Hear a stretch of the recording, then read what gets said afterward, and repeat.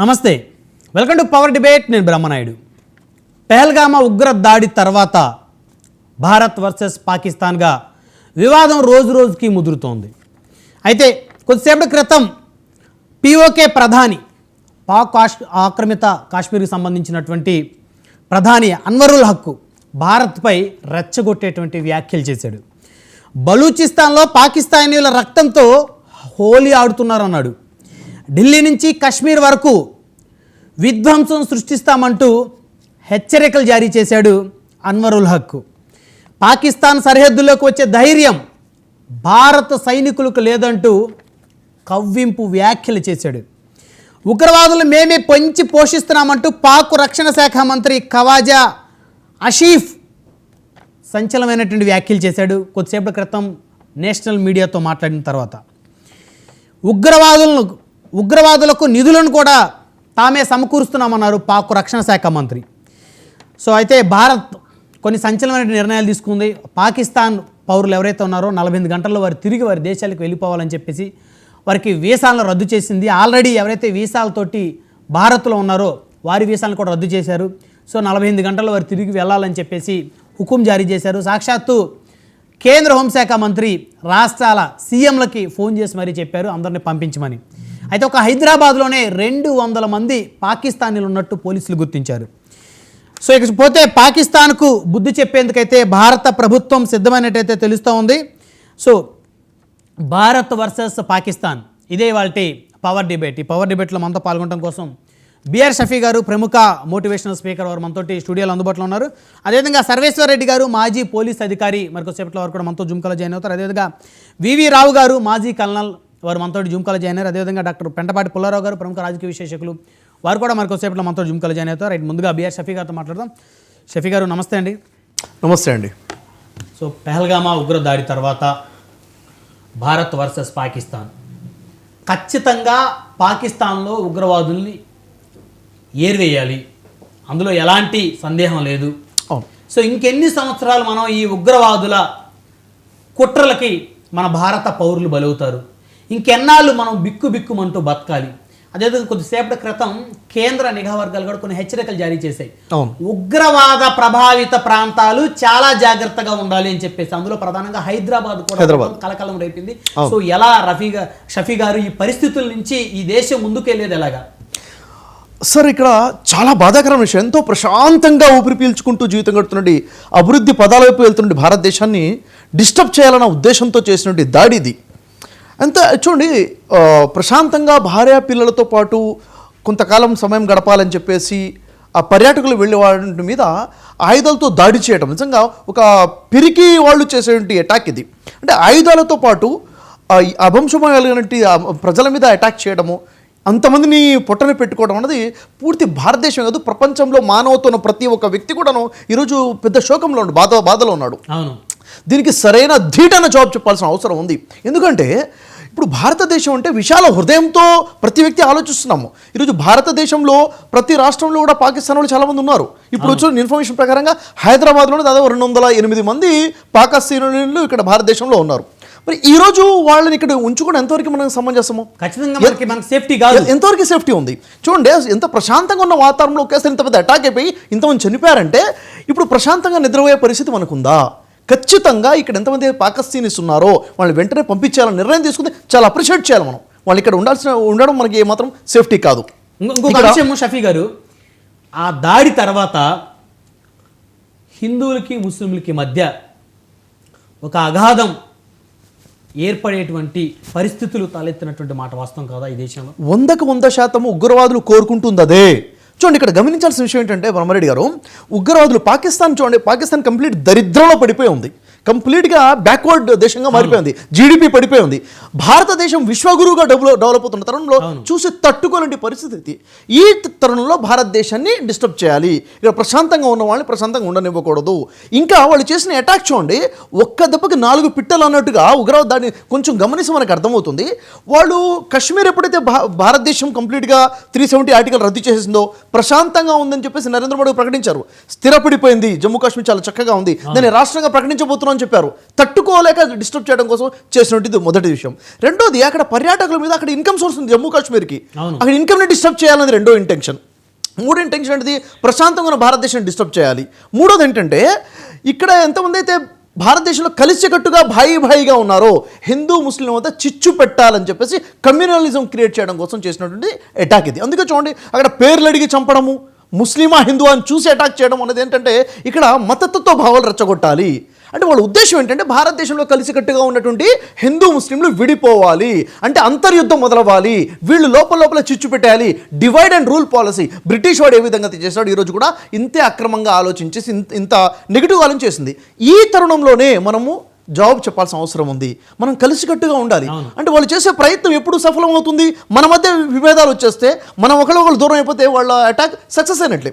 అంటే వాళ్ళు 27-28 మంది మీద తూటాలు పేల్చడం కాదండి, భారతదేశ ప్రజల మధ్య ఉన్న ఐక్యత మీద తూటా పేల్చారు వాళ్ళు. ఆ ఐక్యతను మనం కలిసికట్టుగా నిలబెట్టుకోవాల్సిన అవసరం ఉంది ఈరోజు. సో ఖచ్చితంగా ప్రతి పౌరుడు మతానికి అతీతంగా పాకిస్తాన్ మీద యుద్ధం చేయడానికి ప్రతి ఒక్కరు సిద్ధంగా ఉన్నారు అనుకోవచ్చు. ఒక హిందువులే సిద్ధంగా ఉన్నారు అనుకోవాలా, ముస్లింలు కూడా సిద్ధంగా ఉన్నారు? అసలు ఇది భారతీయుడు సమస్య కదా. వాడు అటాక్ చేసింది భారతదేశం గౌరవం మీద, మనశ్శాంతి మీద, ప్రశాంతత మీద అటాక్ చేస్తాడు. భారతదేశం కనుక ప్రకటిస్తే, నరేంద్ర మోడీ గారు ఇప్పుడు ప్రకటిస్తే పాకిస్తాన్ మీద యుద్ధం చేయాలి, సివిలియన్స్ కూడా పాటించాలంటే మొదటి అడుగు బ్రదర్ షఫీదే ఉంటుందండి. మొదటి అడుగు బ్రదర్ షఫీదే ఉంటుంది. పాకిస్తాన్ వ్యతిరేకంగా యుద్ధం ప్రకటించి సివిలియన్స్ రావాలని ప్రధానమంత్రి గారు కోరారు. ఎందుకంటే ఈ తరుణంలో నరేంద్ర మోడీ గారు ఏ నిర్ణయం తీసుకున్నా కానీ వారితో పాటు మేము నిలబడ్డాము. ఎందుకంటే దేశ రక్షణకు మించి ఏమీ లేదు. దేశం అంటే మట్టి కాదు, దేశం అంటే మనుషులు అన్నాం. ఈరోజు ఒక్క మనిషికి మీద తూటా పడిందంటే దేశం మీద తూటా పడిందని చెప్పేసి దేశం కోసం ఉన్నాం. ఎందుకంటే ఇదే ప్రమాణం కదా మనం చేసింది, ప్రతిజ్ఞ చేసాం. భారతదేశం నా మాతృభూమి అని చెప్పాం. మాతృభూమి మీద అటాక్ అవుతే, మన భరత మాత మీద అటాక్ అవుతే మనం చూస్తూ ఊరుకుంటామా? ఎట్టి పరిస్థితులు కాదు. ఇప్పటికే చాలా ఎక్కువ అవకాశం ఇచ్చేసాం పాకిస్తాన్కి అంటాను. ఎప్పుడో బుద్ధి చెప్పాల్సింది. ఈ రోజు ఇంత పెద్ద మాటలు మాట్లాడుతున్నాడు అంటే పాకిస్తాన్ నుంచి అయినా, పాకిస్తాన్ ఆక్యుపైడ్ కాశ్మీర్ నుంచి ఇలాంటి పెద్ద మాట్లాడుతున్నారంటే అవకాశం మనం ఇచ్చాం. ధీటన జవాబు చెప్పాల్సిన సమయం ఇది వచ్చిందని చెప్తున్నాను. ఖచ్చితంగా పాకిస్తాన్ మీద యుద్ధాన్ని ప్రకటించాల్సిన సమయం వచ్చిందంటారా? ఖచ్చితంగా. ఎందుకంటే సార్, అమాయక ప్రజలను పట్టు పెట్టుకునే సమయంలో, ఈ సమయంలో మనం ఖచ్చితంగా నిర్ణయం తీసుకోవాలి. ఎందుకంటే 4 రోజులకు ఒకసారి ఇలాంటి అటాక్ అవడము, ప్రశాంతంగా బతుకుతున్న జీవితంలో ప్రశాంతం లేకుండా చేయడము. కాబట్టి దీనికి చరమగీతం పాడాలని చెప్తాను నేను. సొల్యూషన్ ఒకటి కావాలి. నరేంద్ర మోడీ గారు దీనికి సరైన సొల్యూషన్ ఇవ్వాలి. దీనికి రైట్ మళ్ళీ వస్తాను మీ దగ్గరికి షఫీ గారు. మనతోటి సర్వేశ్వర రెడ్డి గారు ఉన్నారు, మాజీ పోలీస్ అధికారి. సర్వేశ్వర రెడ్డి గారు నమస్తే సార్. సర్వేశ్వర రెడ్డి గారు వినిపిస్తుందా నా వాయిస్ మీకు? వినిపిస్తుంది. సో పాకిస్తాన్ సంబంధించినటువంటి, పాకిస్తాన్ ప్రభుత్వంలో ఉన్నటువంటి ప్రముఖులు రెచ్చగొట్టేటువంటి వ్యాఖ్యలు చేస్తూ ఉన్నారు. కొద్దిసేపటి క్రితం కనుక చూస్తే పాకిస్తాన్కి సంబంధించినటువంటి రక్షణ శాఖ మంత్రి ఖవాజా ఆసిఫ్ ఉగ్రవాదులను మేమే పెంచి పోషిస్తున్నామంటూ ఆయన ఒక స్టేట్మెంట్ ఇచ్చారు పాకిస్తాన్లో. అంటే ఇప్పుడు ఖచ్చితంగా, అంటే నిన్న మొన్నటి వరకు కూడా ఉగ్రవాదానికి మాకు సంబంధం లేదని చెప్పిన పాకిస్తాను, ఇప్పుడు ఆ పాకిస్తాన్ సంబంధించినటువంటి రక్షణ శాఖ మంత్రి ఉగ్రవాదుల్ని మేమే పెంచి పోషిస్తున్నాము, వారికి అన్ని మేమే వసతులు కల్పిస్తున్నామని చెప్పిన తర్వాత ఈ దేశ ప్రధాని ఎలాంటి స్టెప్ తీసుకుంటే బాగుంటుంది సార్? ఇవన్నీ కవింపు చర్యలండి, చేతగాని ప్రేలాపనలు. వాళ్ళ నుంచి వాళ్ళ ముఖం పనికి వాళ్ళ మాటలు మాట్లాడాలి తప్ప ఇండియా పరిస్థితి 1965 కానీ 1971 లాగా లేదు. 70 కూడా మనమే గెలిచాం, 65లో మనమే గెలిచాం. కానీ ఇటువంటి పనికి మాల మాటలు వాళ్ళు టెర్రరిస్ట్ ఉన్నాడు. ఆయన ఏమంటాడు, ఆ నది నీళ్ళు ఆపితే శ్వాస ఆపేస్తామంటాడు. ఎవరు శ్వాస ఆపితే తెలుస్తుంది. ఇది ముస్లిం సోదరులకు నా విజ్ఞప్తి అంటే సమయం పాటించి హిందువులతో కలిసి ప్రొసెషన్ తీయాలండి. మేమంతా ఒకటి చెప్పినట్లు భారత మాతకి సమాజం, ఒక మాత మీద దాడి జరిగితే మేమంతా కలిసి అటాక్ వస్తాం అన్నట్టు మెసేజ్ మా రీతిలో ముస్లిం ఈ బ్రదర్ బాగానే మాట్లాడమాట. అవును షఫీ గారు, ఖచ్చితంగా ప్రధానమంత్రి గారు పిలుపునిస్తే ముందడుగు నేనే వేస్తాను, ప్రతి ఇంటికి ఒక పౌరుడు కావాలని చెప్పేసి ప్రధాని గారు పిలిపిస్తే ఆయన ముందడుగు వేయడానికి సిద్ధంగా ఉన్నారంటున్నారు దేశం కోసం. ఆ పిలుపుకు నేనే ముందు చెప్పిన, నేను రెడీగా ఉన్న వెపన్స్ తీసుకొని నేను ఒక పోలీస్ ఆఫీసర్గా మాట్లాడుతున్నా. అవన్నీ ముఖ్య మాటలు కాదు. నేనేమంటున్నా అంటే పాకిస్తాన్ ఇదే మంచి అవకాశం. 3 ముక్కలు చేయాలి. 3 ముక్కలు ఎట్లా చేస్తారంటే, మనం పీఓకి టచ్ చేయొద్దు, పీఓకి ఆటోమేటిక్ కలిసిపోతుంది. వాడు పీఓకే ప్రధానమంత్రి మన పనికి మళ్ళీ మాట్లాడిండు, ఆ పీఓకే ఓకే కలిసిపోతుంది. బలిస్తాన్ లిబరేషన్ బిఎల్ఏ ఉంది, దానికి మన ఇండియన్ సైన్యం పంపాలి. టీటీపీ ఉంది, టీటీపీ పాకిస్తాన్ తలిబాన్ పాకిస్తాన్ అని ఉంది. వాళ్ళకి మన ఇండియన్ ఫోర్స్ పంపాలి. మనది 3 పార్ట్స్ అటాక్ చేస్తే ముక్కలు చెక్కలు అయిపోతాయి. అదేదో న్యూక్లియర్ వెపన్ పెట్టుకోవాలి. ఒక వెపన్ వేస్తే మనం 4 వేస్తే ఉన్న పాకిస్తాన్ మొత్తం కాలిపోతుంది. ఇన్నోసెంట్స్ చనిపోతారు. ఈ పిచ్చి టెర్రరిస్టుల మాటలకు వాళ్ళు చదవకుండా అయిపోయారు. దివాలా కొడుకు మా మాటలు మాట్లాడుతున్నారు. ఏం మాట్లాడుతున్నారండి? ఆడ తిన్నిక లేదు, తాగనికి నీళ్ళు లేవు. మనం నిన్న తీసుకున్న 5 డెసిషన్లో అన్ని చాలా బాగున్నాయి. పాకిస్తాన్ పౌరులు వెళ్ళిపోమంటున్నారు. దాంట్లో కష్టమే ఉంది. వాళ్ళ దేశంలో వెళ్ళిపోవాలి. తర్వాత హైకమిషన్ కూడా పోవాలి. దానికి ఏం కష్టం ఉంది? మనం అగ్రిమెంట్ 1960 అగ్రిమెంట్ రద్దు చేసుకున్నాం. ఆ నది ఇండస్ రివర్ మన దగ్గరికి వెళ్ళబోతుంది. మనం నీళ్ళు వదిలిపెడితే బతకగలుగుతాడు. మనం నీళ్ళు టైట్ చేస్తే అది ఏమంటాడు? టెర్రరిస్టు. ఎక్కడ ఉంటాడు టెర్రరిస్టు? ఏం మాట్లాడుతాడు? శ్వాస తీస్తాడట. రక్తం, హిందువుల రక్తం ఏ రోజు పడుతుందట? పారుతుంది. హిందుస్థాన్ గానీ ఒకసారి రెచ్చిపోయిందంటే 150 కోట్ల మంది ప్రజలు కానీ ఉమ్మిస్తే కొట్టుకుపోతారు. పాకిస్తాన్ ఉమ్మి వేస్తే కొట్టుకుపోతాం. మనం యుద్ధాలు, తుపాకులు ఏం అవసరం లేదు మనకు. అలాంటి సిచ్యువేషన్ ప్రతి ఒక్క పౌరుడు ఇలా బ్లడ్ బాయిల్ అయ్యి నలిగిపోతున్నారు. ప్రతి ఇంట్లో, ప్రతి మహిళ, ఇంక్లూడింగ్ ముస్లిమ్స్ ఆల్సో. వాళ్ళు కూడా చాలా బాధపడుతున్నారు. పిచ్చి పనులకు మాలో ఉన్నటువంటి ఐక్యమత్యం దెబ్బతింటుంది. ఇలాంటి పరిస్థితులు రావద్దనే బాధ కూడా వాళ్ళకు ఉంది. ఎన్నో ఒకరు ఇద్దరు లీడర్స్ ఉంటే వాళ్ళు ఫండమెంటలిస్టులు, వాళ్ళు మాట్లాడుతారు. వాళ్ళు ఒక రకమైన టెర్రరిస్టులు, వీళ్ళు ఒక రకమైన టెర్రరిస్టులు ఉంటారు తప్ప టోటల్ ముస్లిం సమాజం కూడా ఈ రోజు బాధపడుతుంది. నాకు చాలా మంది ఫ్రెండ్స్, చాలా మంది ఫోన్ చేశారు. కలిసి మరి జీవిస్తాము ఉంటుంది. అలాంటి ముస్లింస్ ఇప్పుడు బ్రదర్ మాట్లాడి ఎంత చక్కగా మాట్లాడాడు. ఇప్పుడు ఈ రోజు మాట్లాడిన మాట నేను వస్తాను. నేను నిన్ననే డిక్లేర్ చేసిన, ఈ మోదీ కాల్స్ ఈ దేశంలో యువకులు రావాలంటే నేను 66 ఏళ్ళు ఉన్నా. Right now I'm fit with fight చేసే కెపాసిటీ ఉంది నాకు. నేను వెళ్ళిపోయి నిలబడతా. బార్డర్కి వెళ్తాం, పోతాం. ఏం చేస్తారండి? ఏం మాటలు వాళ్ళు ఇష్టం. మహిళలు చంపి, భార్య ముందు భర్తను చంపి, ప్యాంట్ ఇప్పి చూసి హిందూ ముస్లిం ఐడెంటిఫై చేసి ఎంత అంటే సిగ్గుచేట. అది మానవ చేసే పని కాదు. మూర్ఖులు. మానవత్వం మంట కలిసిపోయే విధంగా ఒక పెద్ద మనిషి చాలా బాగా మాట్లాడారు సార్. అంటే వాళ్ళు హేయంగా బిహేవ్ చేస్తే ఇట్లా నుంచి కొడతానే. మనం దిల్సునంద చేసినప్పుడు కొట్టిపోయి చంపుతుంది. తర్వాత చాట్ బండల కాడ చేసినప్పుడు ఏం చేయబోతుంది. తర్వాత ఇక్కడ విమెన్ దగ్గర చేసినప్పుడు ఏం చేయబోతుంది. అలాంటి చాలా ఉన్నాయి. పోలీసు ఉన్నతాధికారి కాబట్టి ఇక్కడ సామాన్య పౌరులు పడేటువంటి బాధ కూడా ఏంటంటే, ఎక్కడైతే దిల్సుఖ్ నగర్ బాంబు పేలులు జరిగిన తర్వాత 28 మంది చనిపోయారు. దాదాపు దగ్గర 130 మంది వరకు కన్నుపోయారు. కాలు పోయిన వాళ్ళు అంటే బతికుండి కూడా జీవోత్సవాలు వాళ్ళయ్యారు. ఇప్పటి వరకు 5 ఉగ్రవాదులకు ఇంకా ఉరి శిక్ష పడలేదు. వాళ్ళు అప్పీల్ చేసుకుంటా ఉన్నారు. అంటే ఇప్పుడు జ్యుడిషియల్ ప్రాసెస్ అనేది లేట్ అండి. టెర్రరిస్టుల గంటలకు ఎవిడెన్స్ చెప్పారు. అందుకు యాక్ట్ అమెండ్ అయినందుకు statement recorded by the police officer admissible అనే ఎప్పుడైతే వచ్చిందో కన్విక్షన్స్ పడుతున్నాయి. ఎందుకంటే ఎన్ఐ యాక్ట్ కూడా అమెండ్ చేశారు. బీజేపీ గవర్నమెంట్ చేస్తుందండి. మోదీ గారు కానీ వీళ్ళ టీం బాగా చేస్తుంది. అజిత్ దోవల్ గారు కానీ. ఇప్పుడు ఈ పక్కలో పల్లెలాగా బంగ్లాదేశ్ ఎవరు లిబరేట్ చేసిందండి? మనం చేసాం. చేస్తే అక్కడ హిందువులు జరుగుతుంది ఊచకోతలు. మనం లేకపోతే బంగ్లాదేశ్ 1970 వాళ్ళ కానీ కాదు. రకరకాలుగా ఈ పుల్వామా దాడని, ఆ దాడని, ఈ దాడని ఎవరి ఇయర్ ఒక దాడి పడుతూ ప్రజా జీవనాన్ని, జనజీవనాన్ని స్తంభింపజేసాక ఆ శోకతత్వ హృదయాలతో భారతదేశం ఈరోజు ఏడుస్తుంది, గొల్లమంటుందండి. ఏం భారతదేశం హిందువులు అయినంత మాత్రాన, ముస్లింస్ అయిన మాత్రాన, క్రిస్టియన్ అయిన మాత్రం వ్యతిరేకం కాదు కదా. భారతీయులము అంటే ఒకటే. ఇది హిందువులు కన్నప్పుడు, ముస్లిం కన్నప్పుడు భారతీయులు ఉండే ముస్లింస్ కూడా హిందువులే, భారతీయులు ఉండే క్రిస్టియన్స్ కూడా హిందువులే. ఆ విధంగా మనం ఆలోచించుకుని మనం ముందుకు పోవాలి. ఇలాంటి దుర్మార్గమైన చర్యలకు అడ్డుకట్టాలి. ఈసారి గానే ప్రభుత్వం సినర్జీ యాక్షన్ మళ్ళీ లేవకుండా దెబ్బ కొట్టకపోతే, ఈ ముష్కర మొక్కలు గాన అణిచివేయకపోతే, టోటల్ గా ఎరాడికేట్ చేయకపోతే, ఎలగొట్టకపోతే మళ్ళీ ఇటువంటి చిన్న సంఘటనలు క్రియేట్ చేసి, హృదయ విదారకమైన సంఘటనలు క్రియేట్ చేసి భారత అస్థిరతను దెబ్బతీయడానికి కానీ వాళ్ళకేం లేదండి. ఇంటర్నేషనల్ సమాజాన్ని తుచ్చిమల్చాలి. What is happening in Pakistan అనే కాడ తీసుకురావాలి. అందుకొరకు ఈ రోజుల్లో ఇంటర్నేషనల్ సిచ్యువేషన్ ఇస్ డిఫరెంట్. ఇప్పుడు మనకు గతంలో అమెరికా పాకిస్తాన్ కు పెంచి పోషించింది టెర్రరిజాన్ని. గతంలో బిన్ లాడెన్ పెంచి పోషించింది. ఇప్పుడు లేదు సిచ్యువేషన్. టెర్రరిస్ట్ అంతా సెంటర్ ఎక్కడండి? బిన్ లాడెన్ పాకిస్తాన్ లో ఉన్నాడు. పాకిస్తాన్ లో ఎన్కౌంటర్ చేసేసిండ్రు. మరి ఇంకా మన హిజ్బుల్ ముజాహిద్దీన్, లష్కర్ తోయిబా ఇలాంటి టెర్రరిస్ట్ ఆర్గనైజేషన్ మొత్తం అన్నీ ఉన్నాయి. మనం ఏం అవసరం అండి వాళ్ళు మంచిగా బతకడానికి?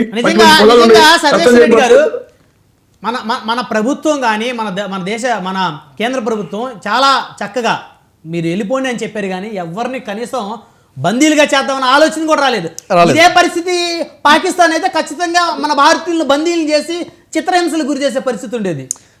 సో అంటే మన మంచితనము వారికి చేతగంతనంగా మారిన పరిస్థితులు గత కొన్ని లేదు, దశాబ్దాల లేదు, ఇప్పుడు నుంచి. మన పొజిషన్ లేదు, ఇప్పుడు మన పొజిషన్ చాలా చేంజ్ అని వెపనరీ పొజిషన్ లో కానీ మిజైల్స్ పొజిషన్ లో కానీ అటాకింగ్ పొజిషన్స్ లో కానీ ఎయిర్ ఫోర్స్ లో కానీ డిఫెన్స్ సిస్టమ్ లో కానీ ఎయిర్ డిఫెన్స్ సిస్టమ్ లో కానీ మనం ప్రపంచంలో 4వ దేశంగా ఉన్నాం. పాకిస్తాన్ లెక్కతో కాదు, లెక్క కూడా పక్కదు. ఈడ ఉన్న రఫేల్ యుద్ధం బార్డర్కి వెళ్ళి ఫైట్ చేస్తే ఇస్లామాబాద్ పేలిపోతుందండి. అంత పవర్ఫుల్ ఎయిర్ స్ట్రైక్స్ ఉన్నాయి మన దగ్గర. ఇప్పుడు అమెరికా ఫుల్ సపోర్ట్ చేస్తూ మనకు వచ్చిన బెనిఫిట్ ఏంటంటే అమెరికా ఫుల్ సపోర్ట్ చూసుకుంటాం, గోయాడ్ ఎంత చేస్తారన్న అక్కడ పక్కన రష్యా చేస్తుంది. ఇప్పుడు ఈ 2 దేశాలు చైనా నోరు మూసుకొని కూర్చుంటుంది.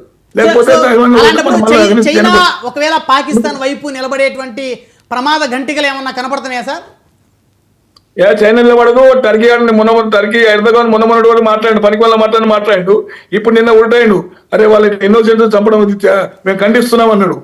పాకిస్తాన్ ప్రధానమంత్రికి చెప్పుతో కొట్టినట్లు అయింది. అది చర్యను మేము ఖండిస్తున్నాం, ముసుగులుగా చర్యను ఖండిస్తున్నాం మాట్లాడు. ఏదేమైనా భారతదేశ సమగ్రతను సార్వభౌత్వాన్ని ఎవరు దెబ్బతీయలేదండి. భిన్నత్వం ఏకత్వం ఉందన్న అందరూ అవసరం ఒకటే తాడిపడికి వస్తాం, అందరం కలిసి పోరాడతాం. తొక్కుటి పంపుతాం. వాళ్ళకు 3-4 రోజులు ఉంది వాళ్ళ కథ. షాదీ హే దేఖలా ముందులో ఉంది ముసల పండుగ. అందువరకు మనం ఏం తొందరపడాల్సిన అవసరం లేదు. మొత్తం భారత ఆర్మీ తీసుకుంటది. ఆర్మీకి మనం సపోర్ట్ ఇచ్చి మానసికంగా సపోర్ట్ ఇచ్చి సంఘీభావం తెలిపితే చాలు. మనం మనతోటి వివి రావు గారు ఉన్నారు, మాజీ కల్నల్. వివి రావు గారు నమస్తే సార్. సార్ వినిపిస్తుందా నా వాయిస్ మీకు? వినిపిస్తోంది. సో పాక్ కవ్వింపు చర్యల్ని ఎలా చూడాలి సార్? ఆల్రెడీ 28 మందిని మనం పోగొట్టుకున్నాము.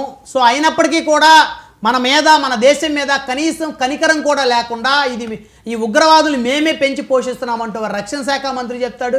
అదేవిధంగా పీఓకే ప్రధాని మరి పాకిస్తాన్ బోర్డర్లను టచ్ చేసే ధైర్యం ఇండియన్ ఆర్మీకి లేదని చెప్పేసి మాట్లాడుతూ ఉంటాడు. ఇది దేనికి సంకేతం? ఈ పరిస్థితులు ఎటువైపు దారి తీయబోతా ఉన్నాయి? ఇది పాకిస్తాన్ డెస్పాండెన్సీకి సంకేతం అని ఒకటి గుర్తుపెట్టుకోవాలి. మనం ఈ అన్వరుల్ హక్ ఎవరో, ఇతను పాక్ పిఎం అంటారు. సెపరేట్ సెనేట్ ఉంటుంది, కానీ దాన్ని పాకిస్తాన్ గవర్నమెంటే కంట్రోల్ చేస్తుంది. ఇంకోటి గుర్తుపెట్టుకోవాల్సిన అవసరం ఏంటంటే, ఎక్కడైతే ఈ పిఓకే జమ్మూ పైన ప్రాంతం నుంచి ఉంటుందో ముజఫరాబాద్ వరకు, అంటే నౌషరా, కోట్లీ, భీంబేర్, ముజఫరాబాద్, ఈ ఏరియా అంతా అగ్రికల్చర్లో చాలా బాగుంటుందండి. వీళ్ళందరూ చౌదరీస్, అంటే మన ఆంధ్ర తెలంగాణ పార్లెన్స్లో వాడుకుంటే దాదాపు Kammas equivalent, most powerful, wealthy. Okay. ఎప్పుడు పీఓకే ప్రైమ్ మినిస్టర్ ఇప్పుడు వరకు లాస్ట్ 15-16 ప్రైమ్ మినిస్టర్స్ అందరూ ఈ ఏరియా నుంచి అయ్యారు. గిల్గిట్ బాల్టిస్తాన్ నుంచి ఎప్పుడూ అవ్వలేదు. ఏంటంటే వీళ్ళకి ఎకనామిక్ పవర్, సోషల్ పవర్ ఉంది. తర్వాత వీళ్ళ రిలేటివ్స్ అంతా ఇప్పుడు ప్రస్తుతం ఉన్న ప్రైమ్ మినిస్టర్ రిలేటివ్ కూడా డిఫెన్స్ సెక్రటరీ ఇవన్నీ ఉద్యోగాలు చేశారు. అలాగే ఆర్మీలో సీనియర్ పొజిషన్స్లో ఉన్నారు. ఇంకా రెండోది గుర్తుపెట్టుకోవాల్సింది ఏంటంటే, పాకిస్తాన్లో కూడా ఇస్లాంలో కూడా ఇంకా క్యాస్ట్ సిస్టమ్ చాలా డీప్గానే ఉంది. వాళ్ళలో రాజ్పుత్ క్యాస్ట్, చౌదరి క్యాస్ట్, ఇంకా మిగతా లోవర్ క్యాస్ట్, ఇవన్నీ కూడా మన కల్చర్లో ఎలా ఉంటాయో దాదాపు అలాగే ఇంకా నడుస్తున్నాయి, ఇంకా సీరియస్గా నడుస్తున్నాయి. ఓకే. ఇంకా మన ఇండియన్ పూంచ్ ఏరియాలోనే ఒక రాజ్పుత్ అమ్మాయిని ఒక కార్పెంటర్ అబ్బాయి ప్రేమిస్తే వాడిని చంపి పడేశారు. అది ఇంటర్ క్యాస్ట్ మ్యారేజ్ కుదరదని. అటువంటి సంఘటనలు కూడా జరుగుతూ ఉంటాయి. ఈ పిఓకే ప్రైమ్ మినిస్టర్ ఎందుకు స్టేట్మెంట్ ఇచ్చాడంటే, ఆయన చేత ఇప్పించారు. ఎందుకంటే బహుశా భారత ప్రభుత్వం పిఓకేని రీటేక్ చేయడానికి ప్రయత్నిస్తుందేమో అని చెప్పి ఆయన ద్వారా స్టేట్మెంట్లు ఇప్పిస్తున్నారు. అలాగే మనం బలూచిస్తాన్లో ఇన్వాల్వ్ అవుతున్నా ఉన్నట్టుగా వాళ్ళ చేత స్టేట్మెంట్ ఇప్పిస్తున్నారు. అంతేగాని ఆయనకి ఏమీ పవర్ లేదు, ఆయన మాటలు ఎవరు వినిపించుకోరు.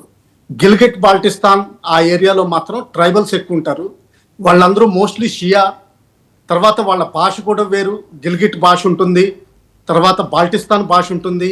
వీళ్ళకి ఈ ముజఫరాబాద్ సౌత్లో ఉండే వాళ్ళకి భాష, కల్చర్ అన్ని వేరుగా. ఇంకా చెప్పాలంటే మనుషుల రూపాలు కూడా, మీరు తుర్తుక్ ఆ ఏరియాకి వెళ్ళేసరికి మనుషులు మొత్తం కోలమొహాలు వస్తాయి, వీళ్ళందరూ గుండ్ర మొహాలు ఉంటాయి. అది కూడా తేడా వస్తుంది. ఇంకా రెండోది, పాకిస్తాన్ ఫారిన్ మినిస్టర్ చేసిన స్టేట్మెంట్ అంటారా, మేమే సపోర్ట్ చేస్తున్నాం అన్నది. ఇది మనం తప్పుగా అర్థం చేసుకుంటున్నాం. మన ఇండియాకి ఆ స్టేట్మెంట్ ఇవ్వలేదు. ఆయన ఏం చేస్తున్నారంటే ఇప్పుడు ఇంటర్నేషనల్లీ సపోర్ట్ కోసం చూస్తున్నారు. అందులో అమెరికాకి, నాటోకి, ఎప్పుడూ వాళ్ళు భాగంగా ఉన్న సీటోకి ఎప్పుడైతే 1979లో రష్యా ఆఫ్ఘనిస్తాన్ ఆక్యుపై చేసిందో అప్పుడు అమెరికా పాకిస్తాన్ మీద చాలా వరకు ఆధారపడింది. మొన్న 2021లో తాలిబాన్ ఇండిపెండెంట్గా వదిలేంత వరకు. ఇది వాళ్ళు ఇప్పుడు బతిమాలుతున్నారు, మాకు హెల్ప్ చేయండి, మీరు ఇండియన్ సైడ్ వెళ్ళొద్దు. ఓకే, అందుకనే 30 years మేము ఉగ్రవాదాన్ని సపోర్ట్ చేసామంటున్నారు. ఏ ఉగ్రవాదం అన్నది మనం అర్థం చేసుకోవాలి. వాళ్ళు ఏమంటున్నారంటే ఆఫ్ఘనిస్తాన్లో ఉగ్రవాదం అంటున్నారు. మన ఇండియన్లో ఉగ్రవాదం అన్నది ఎప్పుడు ఒప్పుకోరు వాళ్ళు ఎప్పుడు ఇండియాలోనే ఉత్పన్నమైన లోకల్ రెసిస్టెన్స్ అని చెప్తారు. ఇన్ఫాక్ట్ ఎల్ఈటిని టిఆర్ఎఫ్ అంటే లోకల్ రెసిస్టెన్స్ ఫ్రంట్ కింద పేరు ఇచ్చారు. అది ఎందుకు ఇచ్చారంటే యాక్చువల్లీ టిఆర్ఎఫ్ అన్నది లేనే లేదు, భూమి మీద లేనే లేదు. ఇది ఓన్లీ పేపర్ మీద ఎగ్జిస్టింగ్. ఇది యాక్చువల్గా ఎల్ఈటి జేఈఎం క్యాడర్స్ కంబైన్ చేసి ఐఎస్ఐ కంట్రోల్ చేస్తున్న గ్రూప్స్ అంతే. ఇది మనం అర్థం చేసుకోవాలి. అదే పాకిస్తాన్ది వాళ్ళది స్టేట్మెంట్ మనకు రాంగ్ ఇంటర్ప్రిట్ చేస్తున్నాం, వాళ్ళు అమెరికాని బతిమాలాలని చూస్తున్నారు, ఇప్పుడు మా సపోర్ట్కి రండి అని. ఓకే, ఇది ఈ రెండు విషయాలు మనం గుర్తుపెట్టుకోవాల్సిందండి. ఇప్పుడు ప్రస్తుతం యాంటీ టెర్రరిస్ట్ ఆపరేషన్స్ ఇండియాలో జరుగుతున్నాయి. నేవీ సైడ్ నుంచి వెస్టర్న్ ఫ్లీట్ కరాచీ సైడ్ కదిలింది. డిప్లొమాటికల్లీ చాలా వరకు ఇంపోజ్ చేశారు. ఒక పాయింట్ గుర్తుపెట్టుకోవాల్సింది ఏంటంటే అందులో పాకిస్తాన్ న్యూక్లియర్ డాక్ట్రిన్, అందులో 4 పదాలు ఉన్నాయి.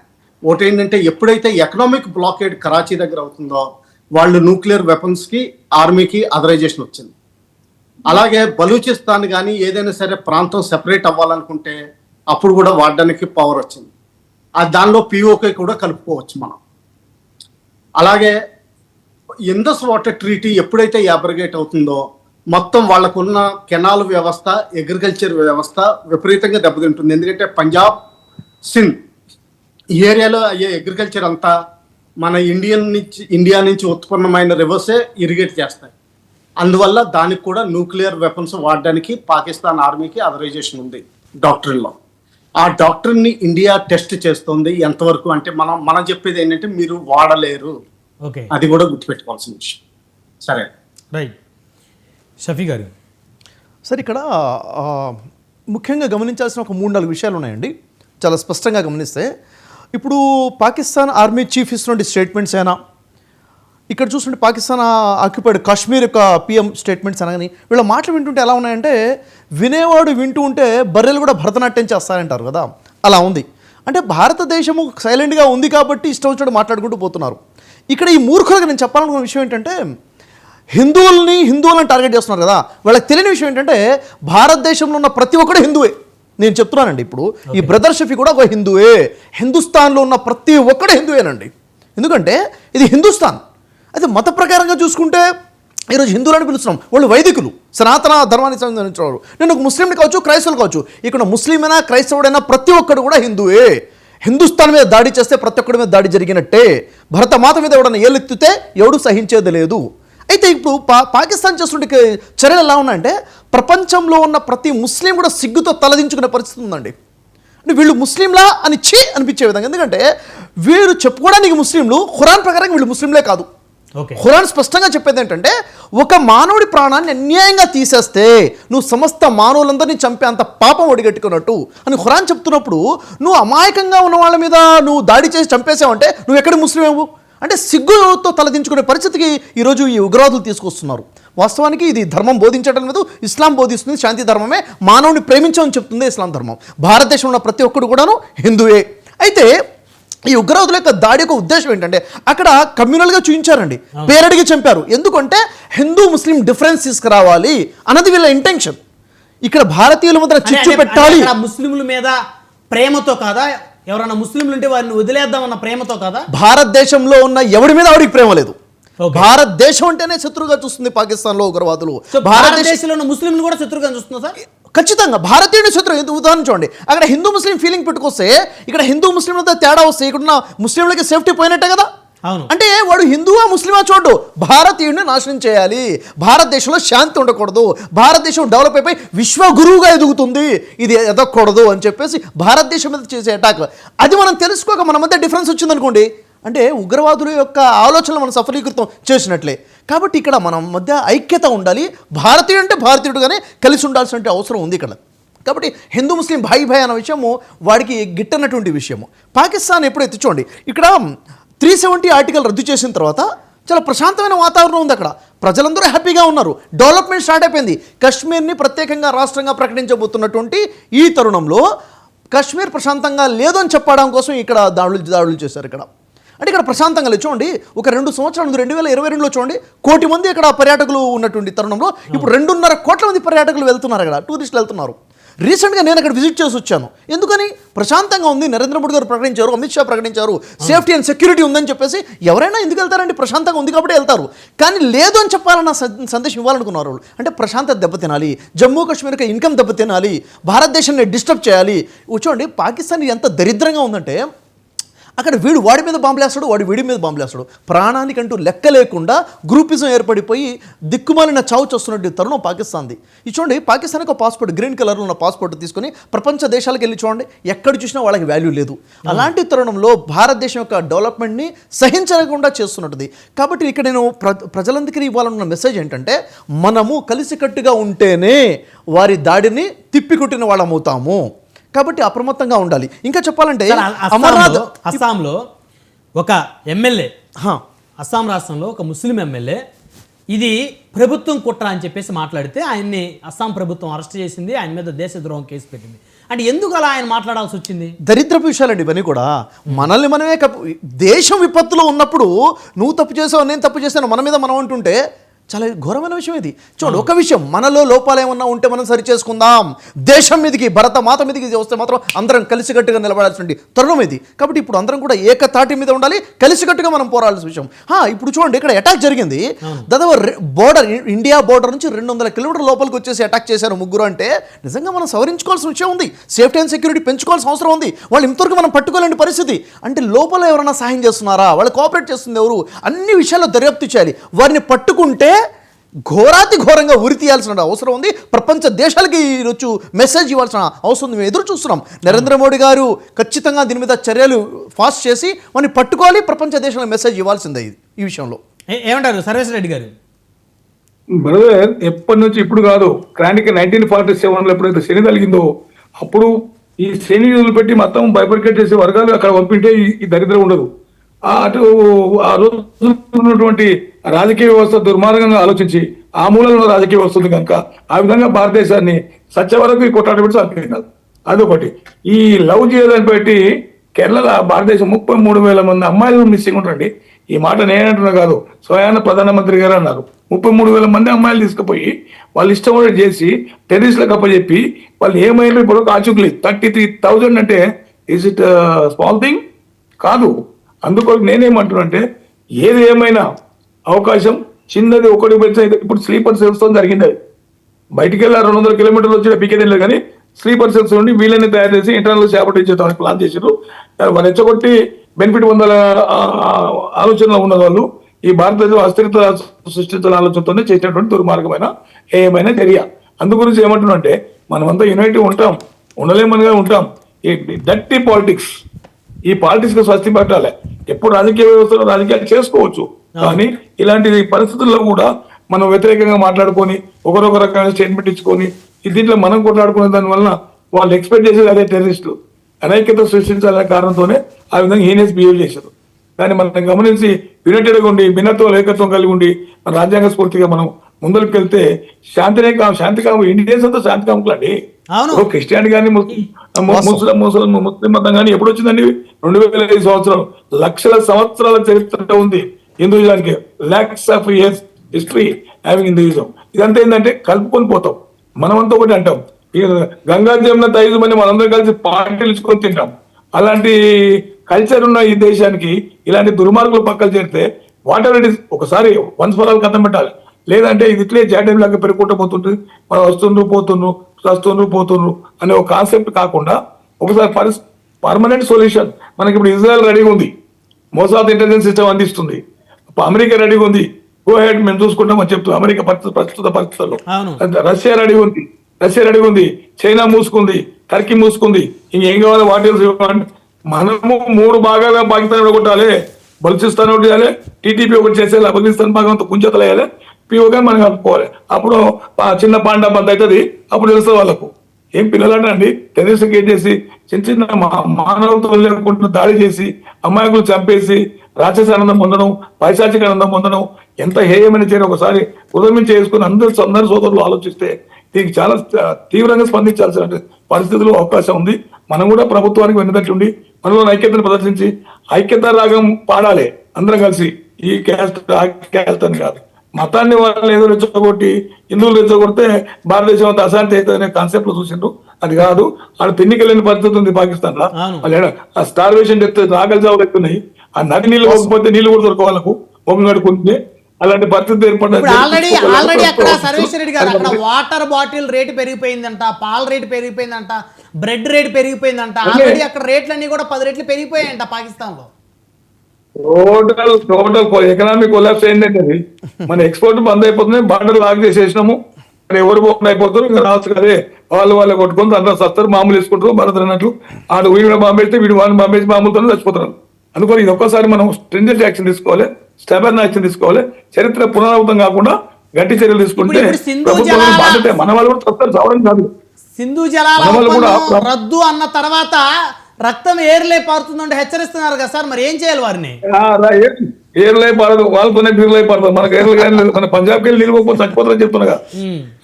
కాశ్మీర్కి వెళ్ళి 2 డ్యాములు కట్టడానికి ఆల్రెడీ ప్లాన్ చేసి నడుస్తున్నాయి. మూసేస్తే వాటర్ లేకపోతే నీళ్లు లేవు, వాటర్ లేకపోతే వ్యవసాయం లేదు, వ్యవసాయం లేకపోతే తిండికించరు. గోధుమలు పంట ఏమంట ఉత్తి మాట్లాడు. ఏదోగా మిగడానికి మిగతా లేకుండా మేసాగా సంపంగా అని చెప్పి ఒక మేకపోతు గంభీరంతో ప్రదర్శిస్తున్నారు. ఇదంతా ఉట్టిదండి, నీటి పొడిగా పాకిస్తాన్ ఏది కాదు.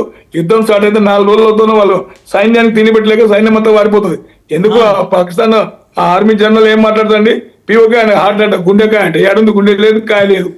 ఇప్పుడు అక్కడ రైల్లో బంధించి బలిచిస్తారు. వాళ్ళు చంపితే ఆ రైళ్ళకి వినిపించుకొచ్చి దమ్ములేని ఆ మనిషి ఏదో పెద్ద పెద్ద స్పీచ్లు ఇస్తే నీకేం సంబంధం బాబు? New military act on the direction of the prime minister of Pakistan. నువ్వు అలోన్ ఓకే నీస్ public all nonsense speeches.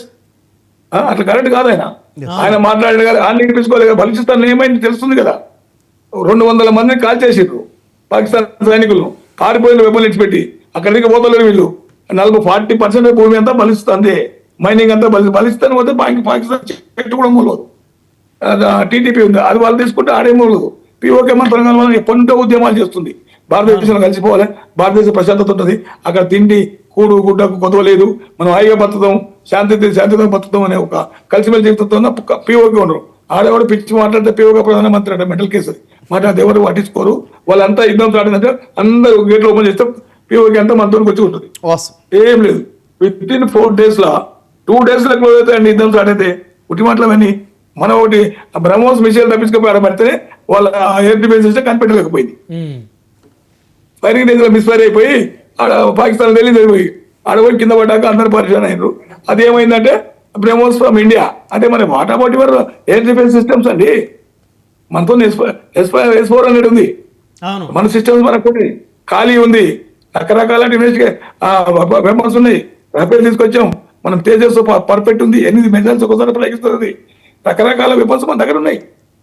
సుఖ విమానాలు ఉన్నాయి, మిరాజ్ ఉంది, విజయ్ ఉంది. రకరకాల ఏం పనికిరాదు కొన్ని వేల విమానాలు మన దగ్గర ఉన్నాయి. అట్లాంటివి అవన్నీ లేవు. మన మిజైల్ సిస్టమ్ పవర్ఫుల్ ఉంటుంది. ఎక్కడ ఏ మూల పాకిస్తాన్ కొట్టేస్తుంది, ఇటుకెళ్ళి కొట్టేస్తుంది. ఆకాశ నాభి ఇవన్నీ చీపన్లు ఉన్నాయి, ఇవన్నీ కొట్టేస్తారు. పెద్ద మనం వరి కావాల్సిన అవసరం లేదు. అది ఏమైతుంది భయానికి దొంగేడు ప్లేట్ ఇస్తున్నారు. భయానికి స్టార్ట్ అయిందని తెలుస్తుంది మీకు. 2 రోజుల్లో with you are close. Okay, 2 రోజులు ఏముండదు అంతేనా? సో వార్ స్టార్ట్ అయితే 2-3 రోజుల్లోనే పాకిస్తాన్ ని క్లోజ్ చేసేటంత శక్తి సామర్థ్యాలు ఖచ్చితంగా మన దగ్గర ఉన్నాయని మనం అనుకోవాలి. 100% ఉన్నాయి బాబు, 200% ఉన్నాయి మన దగ్గర. అగ్ని, నాగు చీపన్లు ఉన్నాయి, పర్ఫెక్ట్ చీపన్లు ఉన్నాయి. BrahMos most powerful. 5 times శబ్ద వెంకన్న ఎక్కువ పోతాయి. బ్రహ్మోస్ వరల్డ్ వైడ్ నెంబర్ 1 అయిపోయింది. బ్రహ్మోస్ రష్యా, ఇండియా కలిసి తయారు చేసినాయి. అవే కాకుండా వేరే చాలా ఉన్నాయి. అటువంటి చీపన్లు ఉన్నాయి, వాళ్ళు ఏం చేయలేరు. మండలం ఆల్రెడీ మన మెరైన్ పోయి అన్నీ ఉన్నాయి. అక్కడ పాకిస్తాన్ బార్డర్లు ఉన్నాయి, టెస్ట్ వేసినాయి. ఇప్పుడు వారిని సిగ్నల్ వస్తే కదా ఏ యాంగిల్కి వెళ్ళి కూడా అన్ని యాంగిల్ కొట్టేస్తారు. ప్రసక్తి లేదు. 1 or 2 days లో క్లోజ్ అవుతుంది, యుద్ధం క్లోజ్ అవుతుంది. పిఓకి మనకు కలుస్తుంది. అదేది మన బలిచిస్తాన్ సపరేట్ అయిపోతుంది, టీడీపీ సపరేట్ అయిపోతుంది. పాకిస్తాన్ చెట్టు 1 కింద డబ్బా పెట్టుకో బతకాలి. రావు గారు చెప్పండి. యుద్ధం స్టార్ట్ అయితే 2 రోజుల్లోనే పాకిస్తాన్ని క్లోజ్ చేసేటువంటి శక్తి సామర్థ్యాలు మన దగ్గర ఉన్నాయి అని సర్వేస్ రెడ్డి గారు చెప్తా ఉన్నారు. అంగీకరిస్తారా, మీరు ఏకీవిస్తారా? లేదండి, 21 రోజులు కనీసం పడుతుంది. ఓకే. ఎందుకంటే ఇది ఆయన అంటే ఒక మంచి ఎమోషనల్ భావాన్ని తీసుకొస్తున్నారు. ఓకే. కానీ మేము ఆపరేట్ చేసిన విధంగా చూస్తే మాత్రం కనీసం 21-22 రోజులు పడుతుందండి దానికి. అంటే ఒక మినిమం లెవెల్కి చేరుకోవడానికి అంత టైం పడుతుంది. దాని తర్వాత ఇంకా ఫాస్ట్గా పెరుగుతుంది, అంటే మిగతా పూర్తి చేసుకోవాల్సి వస్తుంది. కానీ స్టార్టింగ్లో మాత్రం వాళ్ళు కూడా తక్కువే లేరు. వాళ్ళు 6 lakhs ఆర్మీ వాళ్ళకు కూడా ఉంది. సో మనం 13 లక్షలు ఉన్నాం కదా సార్, 13 లక్షలు అంటే మరి డబుల్ ఉన్నట్టేగా. ఆర్మీ కాడ ఫుడ్ లేదు సార్, ఆర్మీకి ఫుడ్ లేదు, సప్లై చేయడానికి ఫుడ్ లేదు పాకిస్తాన్ లో. అది అక్కడ ఉన్న మెయిన్ ఆయిల్ లేదు, డీజిల్ లేదు, పెట్రోల్ లేదు పాకిస్తాన్ లో. అవి ప్రాబ్లమ్స్ అవుతాయి. అవి లేనప్పుడు వాళ్ళు ఏమైతే చేస్తారు సార్? 27 రోజులు మాట్లాడదాం. రావు గారు, 6 లక్షల వారి సైన్యం, 13 లక్షలు మన సైన్యం. అవునా? సో మనం కానీ ఖచ్చితంగా వారి మీద పై సాధించే అవకాశం ఉంది. అటాక్ చేసేటప్పుడు ఎప్పుడు 1:3 క్యాలిక్యులేట్ చేసుకోవాల్సి ఉంటుందండి. దాని తర్వాత ఇంకోటి ఏంటంటే స్టెబిలైజ్ చేసుకోవాలి మధ్య మధ్యలో. అంటే ఏంటంటే ఒక అడుగు వేసిన తర్వాత దానికి మనం బ్యాలెన్స్ చూసుకుని మళ్ళీ నెక్స్ట్ అడుగు వెళ్తుంది, అంతేగాని పరిగెడుతున్నట్టు వెళ్ళాం. అర్థమైందో లేదో ఓకే, ఆ విధంగా చూసుకోవాలి. ఇప్పుడు ఏంటంటే ఏమవుతుందంటే కొన్ని వేరు విషయాలు మనం గుర్తుపెట్టుకోవాల్సిన అవసరం చాలా ఉంది. 1948లో కూడా పూంచ్ ఏరియాలో ఈ కోట్లీ ఎటువంటి ఏరియాస్ ని నెహ్రూ గారు ఎందుకు ఆపిచ్చారో కూడా మనం అర్థం చేసుకోవాలి. ఓకే. 1925 నుంచి ఆయనకి షేక్ అబ్దుల్లాకి సత్సంబాలు ఉన్నాయి. ఈ షేక్ అబ్దుల్లా ఈ కాశ్మీర్ పండిట్స్ ని, కన్వర్టెడ్ ముస్లిమ్స్ ని కచ్చా ముస్లిమ్స్ అంటారు. ఆయన ఒరిజినల్ ముస్లిమ్స్ కింద లెక్క పెట్టరు. కానీ ఈ రాజ్పుత్ ముస్లిమ్స్, ఈ చౌదరి ముస్లిమ్స్ ఎవరైతే ఉన్నారో వీళ్ళు కట్టర్ ముస్లిమ్స్ కింద లెక్క. ప్లస్ వీళ్ళకి ఫైనాన్షియల్ పవర్ ఉంది, సోషల్ పవర్ ఉంది. దీనివల్ల ఏంటంటే ఒకవేళ మనం పీఓకే ఆ రోజుల్లో తీసుకుని ఉన్నా కానీ జమ్మూ కాశ్మీర్ చీఫ్ మినిస్టర్ ఎప్పుడు వ్యాలీ నుంచి కాకుండా ఈ కోట్లీ నౌషారాణి నుంచి అయ్యేవారు. ఓకే. అందుకనే ఆ ఏరియాస్ లో కరెక్ట్ గా ఆఫ్ చేయించేశారు నెహ్రూ గారు కూడా. ఆయన కూడా చాలా కొంచెం తీవ్రంగా ఆలోచించే, లేకపోతే షేక్ అబ్దుల్లా గారు ఎప్పుడు చీఫ్ మినిస్టర్ అయ్యే అవకాశమే లేదు. అదొకటి గుర్తుపెట్టుకోవాలి. సరే, ఇప్పుడు ఆయుధ సామాగ్రి గురించి మనం డిస్కస్ చేస్తే, సో పాకిస్తాన్ కన్నా కూడా అత్యాధునికమైనటువంటి ఆయుధాలు మన దగ్గర ఉన్నాయి కదా? ఉన్నాయండి. మనకి ఇంకా వెల్ ట్రైన్డ్ మనుషులు ఉన్నారు, వెల్ మోటివేటెడ్ మనుషులు కూడా ఉన్నారు. ప్రస్తుతం ఎంటైర్ కంట్రీ ఆర్మీ ఫోర్సెస్ వెనకాల వస్తుంది, అది కూడా ఉందండి. కాకపోతే ఏంటంటే మనం పాకిస్తాన్ కూడా ఒకటి ఇవ్వాల్సి ఉంటుంది. మనం ఈ మధ్యన 75 years ముందర విడిపోయాం తప్పితే కానీ వాళ్ళు కూడా చెడిపోయిన తమ్ముళ్ళే అనుకోవాలి. చెడిపోయిన తమ్ముడు అన్న కొట్టుకుంటున్నట్టే. సో వాళ్ళకు కూడా ఆ మాత్రం ఇంటెలిజెన్స్ ఉంటుంది, ఆ మాత్రం ధైర్యం ఉంటుంది, ఆ మాత్రం పిచ్చితనం కూడా ఉంటుంది. సో అది ఆ విధంగా క్యాల్కులేటెడ్ గా వెళ్ళాలి. అయితే గతంలో అనేక ఉగ్రదాడులు చూస్తే, అటు ముంబైలో చూసినా, అంతెందుకు మన హైదరాబాద్లో చూస్తే, దిల్సుఖ్ నగర్లో జరిగినటువంటి ఆ బాంబు పేలులకు సంబంధించిన అంశాలు చూస్తే అసలు ఆ ఉగ్రవాదులు ఏ విధంగా చొరబడతా ఉన్నారు, వారు ఆ విధంగా మారణాయుధాలని తీసుకొని మరి వాటితోటి ఎక్స్పెరిమెంట్ చేస్తూ ఉంటే మన ఇంటెలిజెన్స్ ఎందుకు ఫెయిల్ అవుతుంది సార్?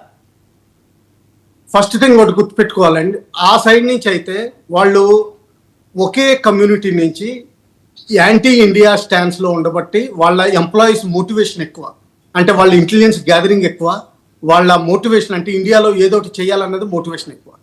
మన సైడ్ అంటారా, యూపీఎస్సీ రిక్రూట్మెంట్, స్టేట్ రిక్రూట్మెంట్, అందులో 50% రిజర్వేషన్, మోస్ట్లీ ఉద్యోగం ఎందుకు తీసుకుంటారు, ఏదో జీతం వస్తుందని ఉద్యోగం తీసుకుంటారు తప్పితే కానీ హార్ట్ ద్వారా పనిచేసేది మనకి చాలా తక్కువ. కానీ పాకిస్తాన్ వాడు మాత్రం ఖచ్చితంగా మిగతా దేశాలను నాశనం చేయాలనేటువంటి ఒక అజెండా తోటి, ఒక దుర్బుద్ధితోటి 24 గంటలు అదే ఆలోచనతో ఉంటాడు. ఎగ్జాక్ట్లీ అందుకని వాళ్ళకి ఇనిషియల్ గా సక్సెస్ ఎప్పుడు దొరుకుతుంది. మనకేంటంటే నిలకడగా ఉండి మెచ్యూర్ గా పెర్ఫామ్ చేస్తా శాంతియుతంగా చేసుకోవడం వల్ల మనకి ఆఖరిని ధర్మం మన సైడ్ నిలబడుతుంది. అలాగే ఇప్పుడు కౌరవుల సైడు అంటే ఇంటెలిజెన్స్ అంటే ఇంటెలిజెన్స్ గురించి ఆలోచిద్దాం. ఇప్పుడు ఏమవుతుందంటే మీరు మొత్తం కాశ్మీర్ పైనుంచి చూస్తే మధ్యలో రావి, బియాస్, సట్లెజ్, చినాబ్ నదులు ఉన్నాయి. ఎక్కడైతే నదులు పాకిస్తాన్లోకి వెళ్తాయో అక్కడ ఆ ఏరియా అంతా వాటరీ ఫెన్సింగ్ ఎఫెక్టివ్ గా ఉండదు, రాత్రి ఏం కనిపించదు, ఏ నైట్ సైడ్స్ పనిచేయవు.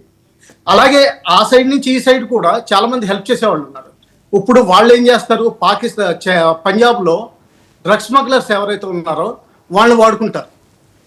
అలాగే జమ్మూ కాశ్మీర్ లో కూడా కొంతమంది ఉంటారు అటువైపు ఇటువైపు పనిచేసేవాళ్ళు. కాదు రావు గారు, ముంబైలో జరిగిన పేలుళ్లకు సంబంధించి, గతంలో హైదరాబాద్ లో జరిగిన పేలుళ్లకు సంబంధించి కానీ లోకల్ వాళ్ళ సహకారం లేకుండా జరిగింది అని మనం అనుకోవాలా? లేదండి, లేదు. 100% ఇక్కడ స్లీపర్ సెల్స్ ఉన్నాయి. అందులో కనీసం 3-4 స్లీపర్ సెల్స్ ఉన్నాయి నా ఎస్టిమేట్ ప్రకారం. ఆ 4 స్లీపర్ సెల్స్ ఎప్పుడు ఉంటాయి. ఎప్పుడు యాక్టివేట్ చేయాలంటే దానికి 2-3 రోజుల నోటీస్ నుంచి వాళ్ళకి వెపన్స్ టార్గెట్స్ అందుతాయి. వాళ్ళు కొంచెం ఒక రోజు ముందర రెక్కి చేసి వాళ్ళు ఎగ్జిక్యూట్ చేయగలుగుతారు. ఇది మాత్రం 100% గ్యారంటీ. సో వారిని ఆ స్లీపర్ సెల్స్ ని ఎలా నిలోరించేది ఎలా సార్ భవిష్యత్తులో? అందరూ యాక్టివ్గా ఉంటే ఆ స్లీపర్ సెల్స్ ని పట్టుకోగలుగుతారు. మనతోటి ప్రాబ్లం ఏంటంటే పోలీస్ డిపార్ట్మెంట్ ఎక్సైజ్ డిపార్ట్మెంట్ తోటి పనిచేయదు, ఎక్సైజ్ డిపార్ట్మెంట్ వేరే రెవెన్యూ డిపార్ట్మెంట్ తోటి పనిచేయదు, రెవెన్యూ డిపార్ట్మెంట్ మిగతా డిపార్ట్మెంట్స్ ని ఎవరిని పట్టించుకో. సో ఎవరి డిపార్ట్మెంట్ వారే చూసుకుంటారు, ఇది మాకు సంబంధించింది కాదు కదా. ఆ తర్వాత ఇంకోటి ఏంటంటే వన్-అప్మెన్షిప్, అంటే లోకల్ పోలీసులకి లోకల్ ఎమ్మెల్యేకి తెలియకుండా ఇండియాలో ఏమీ జరగదు. ఎందుకంటే లోకల్ ఎమ్మెల్యే అవ్వాలంటే 40% ఓట్లు కనీసం కావాలి. ఎంత తక్కువ వచ్చినా కానీ 30% ఓట్స్ వాళ్ళకి రావాల్సిందే. అంటే ప్రతి 3వ మనిషి ఆయనకి తెలుసును, ఆయనకి సపోర్ట్. ఏ మాత్రం కొంచెం కదలికి జరిగినా కానీ కబురు వస్తుంది ఎమ్మెల్యేకి. అలాగే లోకల్ పోలీసులు, మీరు ఏదైనా తప్పు పని చేయండి 2 గంటల్లో వచ్చేస్తారండి. అవును. లోకల్ పోలీసులు, రెవెన్యూ డిపార్ట్మెంట్ మీరు కొంచెం ఎంకరేజ్ చేయండి, ఒక షెడ్ వేయండి మీ ఇంటి పక్కన, నెక్స్ట్ డే జిహెచ్ఎంసీ నుంచి వాడు ఎంప్లాయీ వస్తాడు. అవును. అంటే వాళ్ళకి ఎలా తెలుస్తుంది అంటే ఏంటంటే వీళ్ళకి తెలుస్తుంది కానీ పట్టించుకోరు, అంతే, పనిచేయరు. అంటే ఒక లైవ్ ఎగ్జాంపుల్ చెప్తాను. ఒక రోజు నేను స్టేట్ ఎక్సైజ్ డిపార్ట్మెంట్కి ఒక పని మీద వెళ్ళాను. ఓకే. క్లర్క్ని ఎవరినైతే అడిగానో ఎవరు డీల్ చేస్తారు ఈ సబ్జెక్ట్ అంటే నాకేం తెలియదు అన్నాడు. తర్వాత నేను వెళ్ళి ఆఫీసర్ని కలిశాను. ఆ తర్వాత క్లర్క్ని పిలిచాడు. క్లర్క్ని పిలిస్తే అదే క్లర్క్ వచ్చాడు. నేను వెళ్ళి అతన్ని అడిగాను, అరే నువ్వు ఒక 15 నిమిషాల క్రితమే నాకేం తెలియదు అన్నావు కదా అంటే, సార్ నేను ఇంటికి వెళ్ళాలి. అదే ఇటువంటి పరిస్థితుల్లో ఉంటారు మన వాళ్ళు. ఎప్పుడైతే క్లోజ్ చేసుకుని కరెక్ట్ గా కోఆర్డినేట్ చేసుకుని వన్-అప్మెన్షిప్ లేకుండా, వన్-అప్మెన్షిప్ అంటే బహుశా ఒక స్టేట్ లో కొంచెం వన్-అప్మెన్షిప్ తక్కువ ఉంటుంది, కానీ నేషనల్ లెవెల్లో చూస్తే బిఎస్ఎఫ్ దగ్గర జీసెల్ అని ఉంటుంది, ఆర్మీ దగ్గర ఎంఐ డైరెక్టరేట్ అని ఉంటుంది, ఇంటెలిజెన్స్ బ్యూరో ఉంటుంది, స్పెషల్ సర్వీసెస్ బ్యూరో ఉంటుంది, రీసెర్చ్ అండ్ అనాలిసిస్ వింగ్ ఉంటుంది, అలాగే నేషనల్ ఎనర్జీ సెక్యూరిటీ కూడా వాళ్ళ ఓన్ ఉంటుంది, ఎంహెచ్ఏ ఒకటి ఉంటుంది, డిఫెన్స్ మినిస్ట్రీ ఒకటి ఉంటుంది. ఇవన్నీ కోఆర్డినేట్ చేసుకుని ఇంటెలిజెన్స్ షేర్ చేసుకోవాల్సిన అవసరం చాలా ఉంది. ఇప్పటికే చాలా సిస్టమ్స్ ఇన్ ప్లేస్ ఉన్నాయి, కానీ అందులో కూడా అంత నిజంగా హార్ట్ దగ్గర నుంచి పనిచేసే ఆ స్థితిలోకి రావాలి. ఇటువంటి టైంలోనే బయటకు వస్తున్నాం మనం, మిగతా టైంలో మనం విడిపోయి ఉంటాం. అది గుర్తుపెట్టుకోండి. వాస్తవం అండి. యాక్చువల్గా ఇక్కడ తెలిసిన విషయం ఏంటంటే, ఒక పంట పండిస్తున్నాం అంటే దాంట్లో కలుపు మొక్కలు ఉంటాయి. ఇప్పుడు వారు చెప్పినట్టుగా స్లీపర్ సెల్స్ అయితే వర్క్ చేస్తున్నాయో అప్రమత్తంగా బాధ్యతాయుతం. చూడండి, నేను ఒక భారతీయ పౌరుడిగా నా మీద బాధ్యత ఉంది, దేశాన్ని రక్షణ. నా మీద ఒక సివిలియన్గా ఇంత బాధ్యత ఉన్నప్పుడు డిపార్ట్మెంట్లో ఉన్న వాళ్ళ మీద డబుల్ బాధ్యత ఉంది. కాబట్టి ఖచ్చితంగా వాళ్ళు అప్రమత్తంగా ఉండాలి, దేశ రక్షణ కోసము ఏమాత్రం కూడా నెగ్లిజెన్సీ లేకుండా పనిచేయాలని చెప్పేసి ఇప్పుడు మన ఆఫీసర్ వారి మాటల నుంచి మనం విన్నాం. అయితే సర్వేశ్వర్ రెడ్డి గారు చెప్పినట్టు వాటిలో చాలా చక్కటి మాటలు చెప్పారండి. వాస్తవం చెప్పాలంటే ఇక్కడ పాకిస్తాన్కి సైన్యం ఎంత ఉంది, ఇండియాకి ఎంత సైన్యం ఎంత ఉంది అన్నది క్వశ్చన్ కాదు.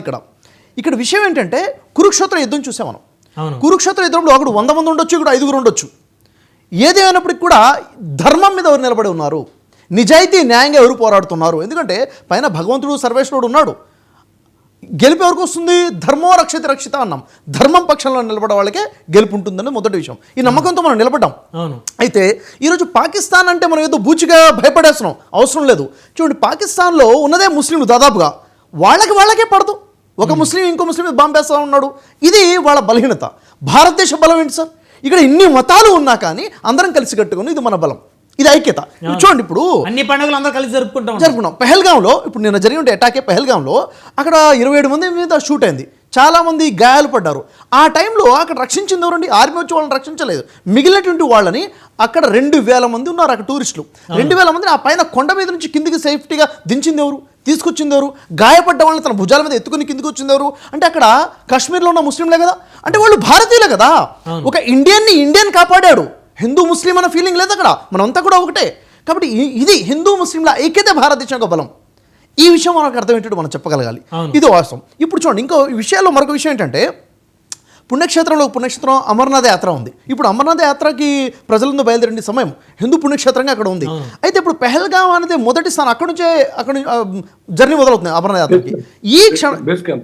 సార్ ఈ సమయంలో భారతదేశం నలుమూల నుంచి వెళ్ళేటటువంటి ప్రయాణికులు ఎవరైతే ఉన్నారో వాళ్ళని భయంతో కట్టడి చేస్తున్నారు. ఈ సమయంలో వాళ్ళకి ధైర్యం చెప్పాలి, కాన్ఫిడెన్స్ ఇవ్వాలి. సెంట్రల్ గవర్నమెంట్ నుంచి మేము సేఫ్టీ అండ్ సెక్యూరిటీ ఇస్తున్నాము, మీకు కాన్ఫిడెన్స్ ఇస్తున్నాము అని చెప్పగలగాలి. ఎందుకంటే సార్ ఇక్కడ కమ్యూనల్ ఫీలింగ్ ఎక్కడ రాకుండా మనం చూడగలాలి. భారతదేశ బలమే ఐక్యత సార్, పాకిస్తాన్ బలహీనత అంటే వాళ్ళ ఐక్యత లేకపోవడము, వాళ్ళ న్యాయము లేకపోవడం. నిజం చెప్పాలంటే పాకిస్తాన్ ఏదైతే మాట్లాడుతుందో భారతదేశం యొక్క బలాన్ని కనుక మనం చూపిస్తే మనం అటాక్ చేయాలన్న ఆలోచనతో మనం లేము. కాబట్టి ఈరోజు ఇవన్నీ ఉన్నాయి కదా. కాబట్టి భారతదేశం ఏదైతుందో కలిసికట్టుగా ఉన్నాము. మళ్ళీ ఒకే విషయం నేను చెప్పాలనుకున్నాను సార్, ఉగ్రవాదుల యొక్క ఉద్దేశమే మనల్ని విడగొట్టడము.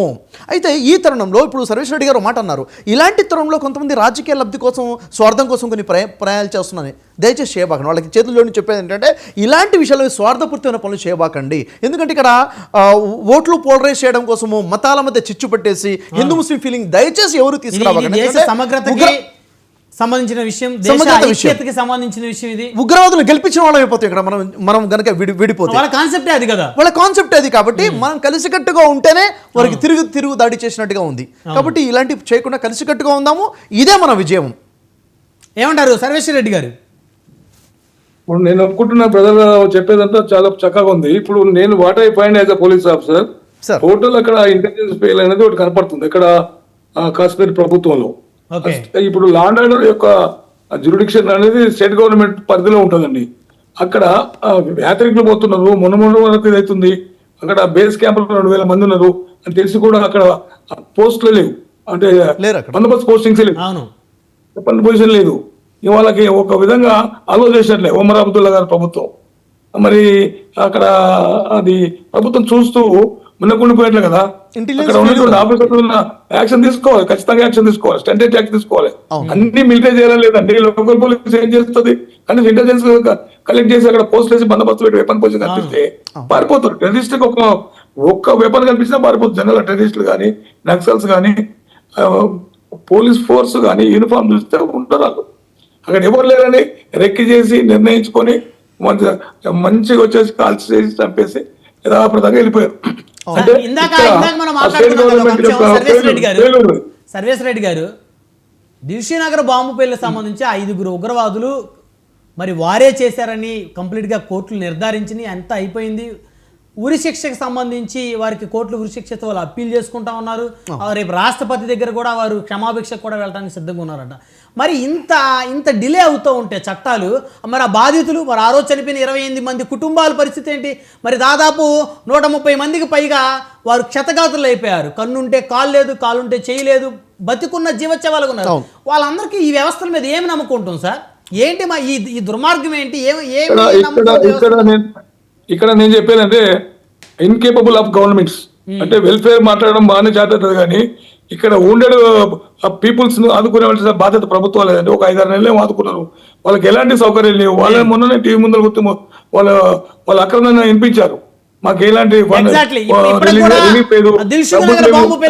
బాధితులు చాలా మంది న్యాయం జరగలేదు. ఇప్పుడు కూడా ఎక్కడ న్యాయం జరగలేదు సార్.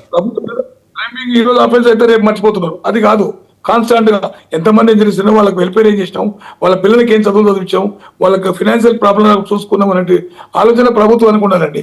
మొత్తం ఏదో తీసుకుపెట్టా అక్కడ తొలగించి ఎలక్షన్లు పెట్టి వచ్చేవన్నీ మొత్తం దీవాలు తీసి గవర్నమెంట్ చేస్తున్న పరిస్థితి కనపడుతుంది. నేనేమంటున్నా అంటే ప్రభుత్వం అనేది ప్రజల ధన మన ప్రాణాలు కాపాడాలి, ప్రధాన బాధ్యత ప్రభుత్వం. వాస్తవం. ఆ ప్రభుత్వం అంటే appears in the shape of the uniform in the police. బార్డర్లో ఉన్న మన సోదరులు వాళ్ళు ఎట్లా బార్డర్ కాపాడతారు, దేశాన్ని కాపాడతారు. కనీసం లోన ఇంటర్నల్ పోలీసు యొక్క బాధ్యత ఇంటర్నల్ సెక్యూరిటీ కాపాడాలి. ఇంటర్నల్ డిస్టర్బెన్స్ లాగా చూడాల్సిన బాధ్యత లోకల్ పోలీస్ ఉంటుంది. స్లీపర్ సెల్ ఏరియడం ఏంటండి చాలా ఈజీ, కాకపోతే మన మధ్య ఐకమత్యం లేదు. నా ఇంటి పక్కన నాకెందుకనే నిర్లక్ష్య వైఖరి ఉన్నప్పుడు నేనేం వాడు ఆటోమేటిక్గా పెరుగుతుంటాడు. మనకెందుకు నాకెందుకు అనుకుంటే ఏం లేదు, నేనెందుకు ఇంకంటే అన్ని ఉన్నాయి. ఆ కాన్సెప్ట్ డెవలప్ అవ్వాలి మన ప్రతి మనిషిలోన, ప్రతి పౌరులోన. నేను భారతదేశ పౌరుని, ఈ దేశానికి సంబంధించి నేను ఏమని దేశం కోసం చేయగలగాలి? ఆలోచించాలి. ఇంటి పక్కన ఎవరు ఉన్నారు? నాకు సంబంధం లేదు ఆలోచన అనే రావాలి. ఆలోచన ఉండకూడదు, భయపడకూడదు. ఎక్కడన్నా స్లీపర్ సెల్స్ ఎక్కడన్నా కనిపించినా, అనుమానం వచ్చినా వారు ఖచ్చితంగా స్థానికంగా ఉండే పోలీస్ స్టేషన్లకో ఇంటెలిజెన్సీ వారికో ఒక సమాచారాన్ని ఇవ్వాలి. అది మన బాధ్యత పౌరుడిగా. ఇవ్వకపోతే వాడి వల్ల మనమే నష్టపోతున్నాం. ప్రతి ఏరియాలో పోలీసు పోలేదండి. కొన్ని పోలీస్ ఇట్లా పోలీస్ ఆ ఇండ్ల కూడా తెలవని పరిస్థితి ఉంటుంది, ఎందుకంటే కాంగ్రెషన్ ఎక్కువ ఉంటుంది. మనం ప్రతి ఏరియాలో పోలీస్ అనేది కలెక్షన్ ఆఫ్ ఇంటెలిజెన్స్ ఎక్కడికి వస్తుంది, పీపుల్స్కి వెళ్ళి వస్తుంది. పీపుల్స్ మోటివేట్ చేస్తుంటాం మనం. మన ఇన్ఫర్మేషన్ సిస్టమ్ ఉంటుంది, వాళ్ళ ద్వారా ఇంటెలిజెన్స్ సిస్టమ్ కలెక్ట్ చేస్తుంటాం మేము. కానీ ప్రజల సహకారం కూడా పోలీసులకు చాలా ఉండాలి. Alone police cannot do anything, alone military cannot do anything. మనం అందరూ ఒకరికొకరు సహకరించుకో. సార్ ఇంతకుముందు మంచిగా చెప్పాడు, డిపార్ట్మెంట్ల మధ్యలో కోఆర్డినేషన్ లేదు. Correct, it is correct. ఒక లాండ్ ఆర్డర్ చేస్తే ఇంటెలిజెన్స్ అవుతారు, వాళ్ళు చేస్తే ఇంకొకరు చేస్తారు. ఇలాంటి కోఆర్డినేషన్ మెథడ్స్ కొరవైనప్పుడే సంఘటనలకు దారి తీస్తుంటాయి, పట్టించుకోరు. అందుకని ఒకటే చెప్పిన ప్రిన్సిపల్, నేనెందుకు ఇంకా అంటే అన్ని, నాకెందుకు ఇంకా అంటే ఏం లేదు. ఈ కొటేషన్ మరి ప్రతిసారి గుర్తుపెట్టుకోవాలి. నేను భారతదేశంలో పుట్టాను, నా దేశం గురించి నేను ప్రొటెక్షన్ నేను ఏమని చేయాలి, నేను ఒక సద్భావుడుగా ఉండాలి, దేశాన్ని అభివృద్ధి గురించి పాటుపడాలి అన్నది నేను ఎందుకు ఇంకా అనుకుంటే. నాకెందుకు ఇంకా అంటే నిర్లిపోయి పోతే పోతారు, ఏదైతే పోతుంది, నేనేం చేస్తా, వాళ్ళు ఉన్నారు పోలీసు వాళ్ళు చూసుకుంటారు, లేకపోతే బిల్ట్ వాళ్ళు చూసుకుంటారు అని ఒక భావనలో ఉన్నట్టు అలాంటి పౌరులు ఉన్నారు. వాళ్ళు కూడా మారాలంటూ నేను అలాంటి పౌరుల వల్లే కదా ఈ రోజు దేశానికి ఇలాంటి పరిస్థితులు. రావు గారు చెప్పండి. రావు గారు కంక్లూజన్ ఇవ్వండి. సో మొత్తానికి భారత్ పై యుద్ధానికి పాకిస్తాన్ కాలు దువ్వుతుంది అనే ఇండికేషన్ భారతదేశ ప్రతి పౌరుల్లోకి వెళ్ళింది. ఏమంటారు? అవునండి, 100% ఇది. ఎప్పుడైతే అసీం మునీర్ గారు స్పీచ్ వచ్చిందో 10 రోజుల క్రితం, అప్పుడే చాలా స్పష్టంగా తెలిసిపోతుంది హిందూ ఇస్లాం వేరు, దేశాలు వేరు, ఇవి ఎప్పుడు కలిపి ఉండలేవు అన్నదే ఒకటి చాలా క్లారిటీ తోటి డెస్పాండెన్సీ వచ్చింది. ఆయన ఆ స్పీచ్ ఎందుకు ఇచ్చారంటే ఆయనకి తెలిసిపోయింది ఇంకా పాకిస్తాన్ ఉంటుందో లేదో ఆయనకే తెలియదు. ఓకే, ఇంకా అందుకని చెప్పి ఇంకా ఇటువంటి యాక్షన్స్ కి దిగడం మొదలు పెట్టారు. అది మనం గమనించాల్సిన విషయం. తర్వాత ఏంటంటే వాళ్ళు ఇప్పుడు ఇంకా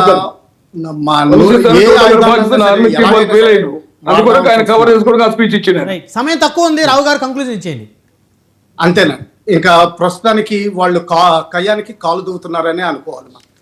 షఫీ గారు, హైదరాబాద్లో, ఎందుకంటే గతంలో హైదరాబాద్ ప్రజలు ఇబ్బంది పడ్డారు ఈ ఉగ్రవాద మూకలకు సంబంధించి. సో ఇప్పుడు కూడా కేంద్ర నిఘా వర్గాలు జారీ చేసిన హెచ్చరికల్లో ఉగ్రవాద ప్రభావిత ప్రాంతాలని అలర్ట్ చేశారు. ఇక్కడ ఉన్నటువంటి సిబ్బందిని, పోలీస్ వ్యవస్థను కానీ, ప్రభుత్వానికి సంబంధించినటువంటి వ్యవస్థను కానీ, ఇంటెలిజెన్స్ వ్యవస్థను కానీ.